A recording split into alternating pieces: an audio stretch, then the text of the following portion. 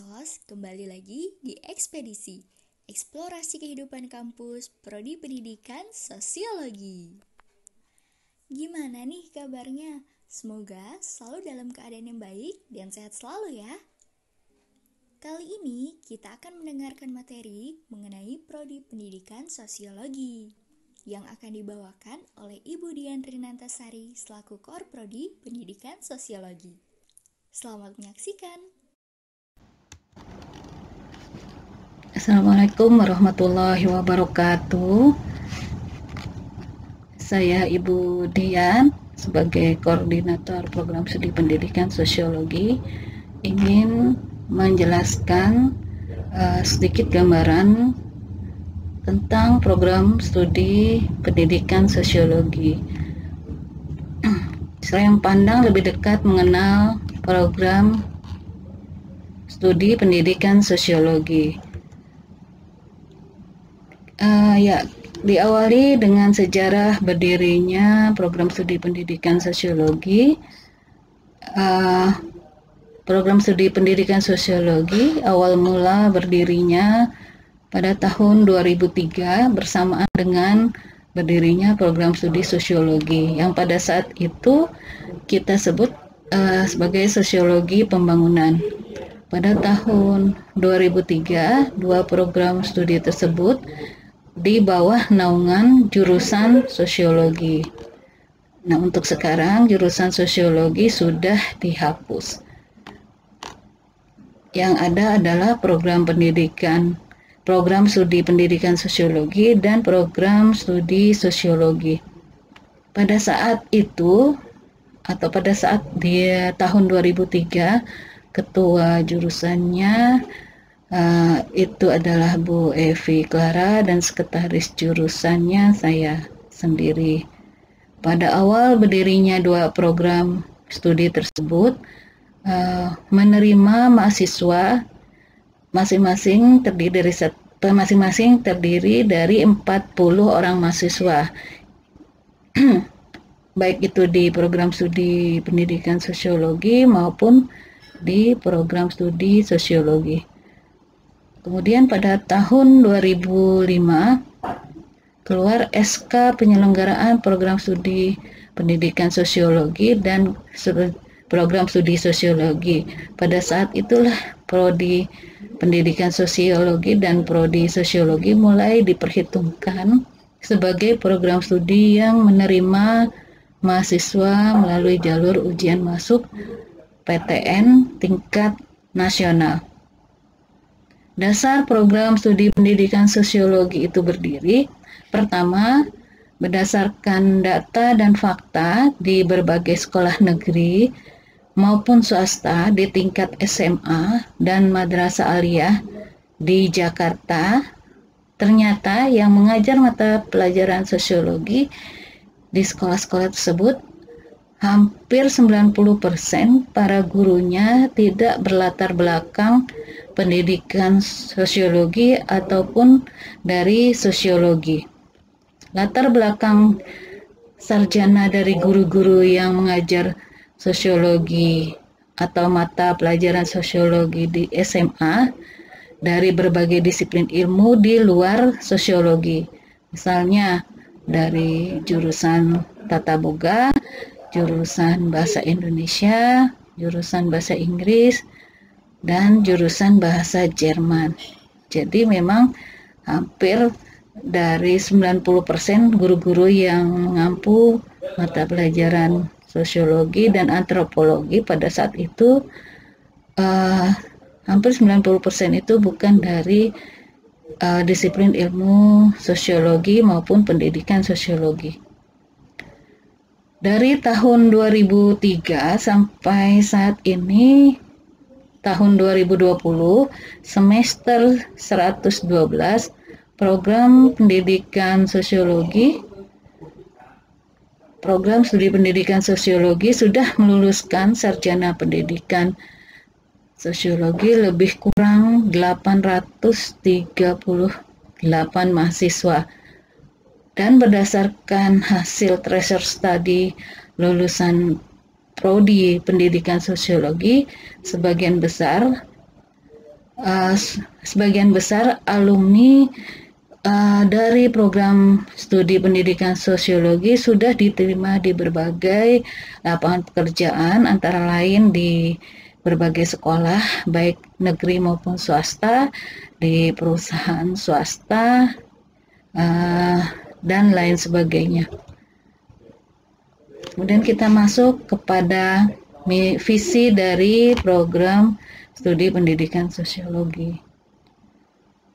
Menjadi program, visinya itu adalah menjadi program studi yang memiliki keunggulan dalam menghasilkan guru sosiologi yang mampu berpikir secara sosiologis, berwawasan nasional dan internasional, dan mampu melaksanakan pembelajaran sosiologi secara kreatif dan inovatif berbasis keindonesiaan, serta mampu berkompetisi di pasar kerja nasional maupun internasional. Nah, sementara itu pada misi program studi pendidikan sosiologi yaitu melaksanakan pembelajaran untuk membentuk tenaga guru yang profesional, tenaga guru sosiologi tentunya yang profesional melaksanakan pembelajaran bagi calon guru sosiologi yang menguasai konsep-konsep sosiologi sebagai pijakan disiplin keilmuan. Kemudian mengembangkan landasan keilmuan pendidikan dan pembelajaran sosiologi sesuai dengan kompetensinya. Selanjutnya, misi dari Prodi Pendidikan Sosiologi adalah melaksanakan pembelajaran bagi calon guru sosiologi yang mampu merencanakan, melaksanakan, mengevaluasi, membimbing, melatih, dan melakukan proses pembelajaran yang kreatif dan inovatif berbasis sosiologi keindonesiaan. Kemudian terakhir adalah melaksanakan penelitian dan pengabdian pada masyarakat sesuai dengan kebutuhan masyarakat, serta mampu berkompetisi di lapangan pekerjaan tingkat nasional dan internasional. Nah, adapun profil lulusan program studi pendidikan sosiologi, yaitu lulusan program studi pendidikan sosiologi mempunyai kualifikasi sarjana pendidikan sosiologi yang mampu bekerja sebagai pengajar, konsultan, peneliti, media massa, periklanan, dan lain sebagainya. Kompetensi utama dari program studi pendidikan sosiologi: menguasai disiplin ilmu pendidikan, menguasai disiplin ilmu sosiologi, memiliki keterampilan pembelajaran sosiologi yang inovatif, kreatif, dan kontekstual, menganalisis dinamika kemasyarakatan dan problem sosial dengan menggunakan cara berpikir pendidikan dan sosiologi. Nah, gelar lulusan dari program studi pendidikan sosiologi bagi mahasiswa yang akhirnya sudah sidang skripsi dan kemudian dinyatakan lulus, mahasiswa tersebut akan mendapat gelar lulusan sarjana pendidikan atau yang disingkat dengan SPD. Nah, kemudian kita masuk ke kurikulum program studi pendidikan sosiologi. Di sini ada struktur kurikulum pada program studi pendidikan sosiologi. Kita klasifikasikan atau kita kategorikan ke dalam empat kategori dari mata kuliah yang bisa dilihat sebagai suatu struktur kurikulum. Pertama adalah mata kuliah MKU. Mata kuliah MKU itu secara keseluruhan bobot SKS yang harus ditempuh oleh mahasiswa Prodi Pendidikan Sosiologi itu sebanyak 13 SKS, dan ini wajib untuk diambil dan diikuti oleh mahasiswa pendidikan sosiologi. Kemudian yang kedua, mata kuliah dasar kependidikan atau MKDK. Sebanyak 12 SKS. Nah, mata kuliah ini adalah penunjang utama bagi mahasiswa pendidikan. Kita masuk ke kurikulum program studi pendidikan sosiologi. Nah, di sini bisa kita lihat ada struktur kurikulum dari Prodi Pendidikan Sosiologi. Kita kategorikan ke dalam 4 kelompok. Pertama, kelompok mata kuliah umum atau MKU. Nah, mata kuliah umum ini jumlah SKS yang harus ditempuh oleh mahasiswa adalah 13 SKS. Wajib mata kuliah umum ini diambil oleh mahasiswa. Kemudian mata kuliah dasar kependidikan MKDK ini merupakan mata kuliah yang menjadi kekhasan dari mahasiswa pendidikan, terutama pendidikan sosiologi. Ada 12 SKS yang harus diambil. Kemudian kategori ketiga, mata kuliah bidang keahlian atau MKBK. Mata kuliah bidang keahlian ini adalah mata kuliah yang berkaitan erat dengan kajian sosiologi. Ada beberapa mata kuliah yang memang gambaran dari keilmuan sosiologi. Misalnya antara lain ada sosiologi pendidikan, sosiologi ekonomi, sosiologi komunikasi, dan sosiologi dan lain sebagainya. Semua mata kuliah yang memang mengarah kepada kajian atau keilmuan sosiologinya. Itu sebanyak 108 SKS. Nah, sementara ada juga mata kuliah program studi dari Prodi yang memang menjadi karakter khas dari mahasiswa Pensos atau mahasiswa pendidikan sosiologi. Di sini disebut dengan MKP atau mata kuliah pembelajaran. Ada 13 SKS yang harus ditempuh oleh mahasiswa. Nah, mata kuliah ini adalah gambaran mata kuliah pendidikannya sosiologi. Misalnya ada mata kuliah perencanaan pembelajaran sosiologi, mata kuliah evaluasi pendidikan sosiologi, mata kuliah strategi pembelajaran sosiologi, dan mata kuliah media dan sumber belajar sosiologi. Jumlah keseluruhan SKS yang harus ditempuh, yang wajib ditempuh oleh mahasiswa pendidikan sosiologi sebanyak 144 SKS, minimalnya sampai 146 SKS. Kalau ada mahasiswa yang SKS-nya kurang dari 144, dia belum bisa lulus, harus mengambil mata kuliah lain yang untuk memenuhi SKS minimalnya, yaitu 144. Nah, ini adalah matriks dari sebaran mata kuliah untuk angkatan 2020. Ini bisa dilihat dari tabelnya, kita buat berdasarkan tahun pertama, tahun kedua, tahun ketiga, dan tahun keempat.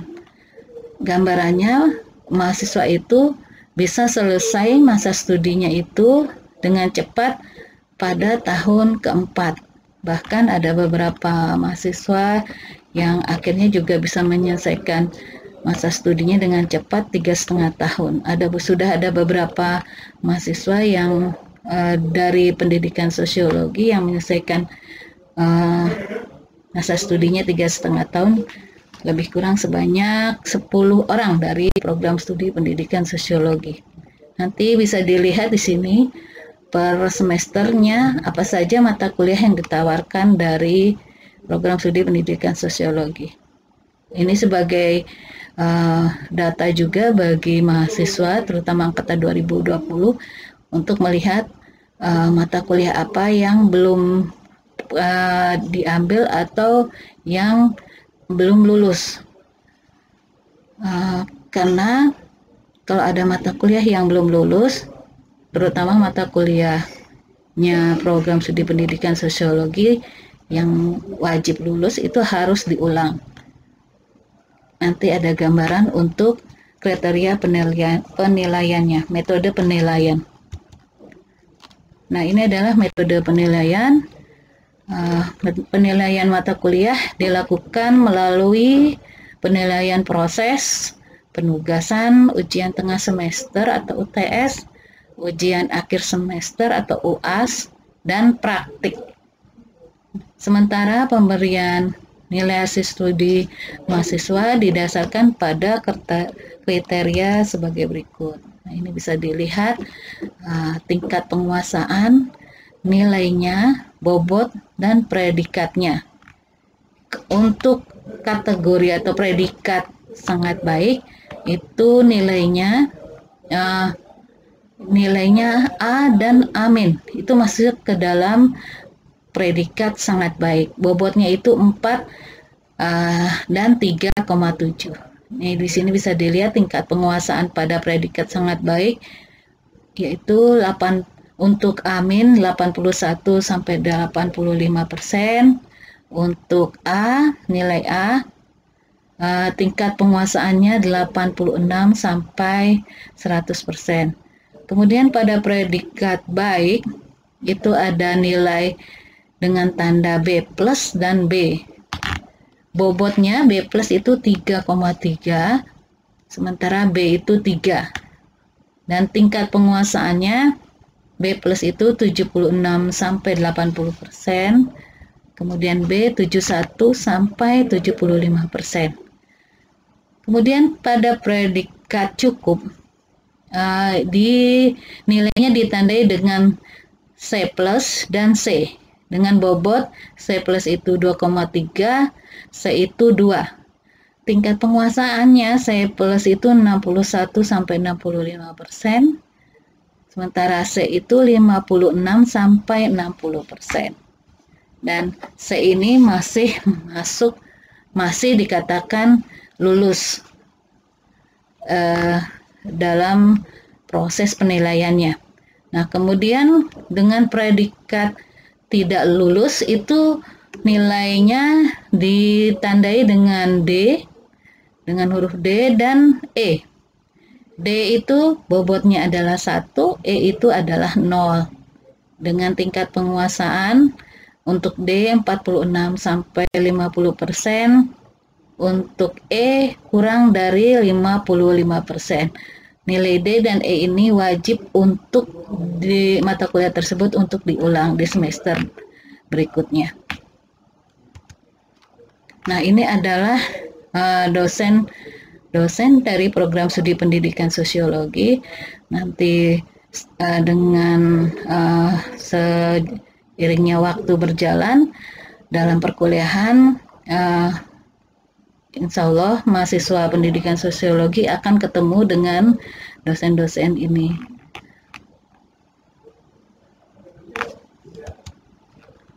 Iya, ada 12 dosen yang dipunyai oleh program studi pendidikan sosiologi.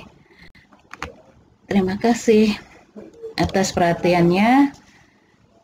Tetap semangat, terus mengejar cita-cita, dan selalu jaga kesehatan. Assalamualaikum warahmatullahi wabarakatuh.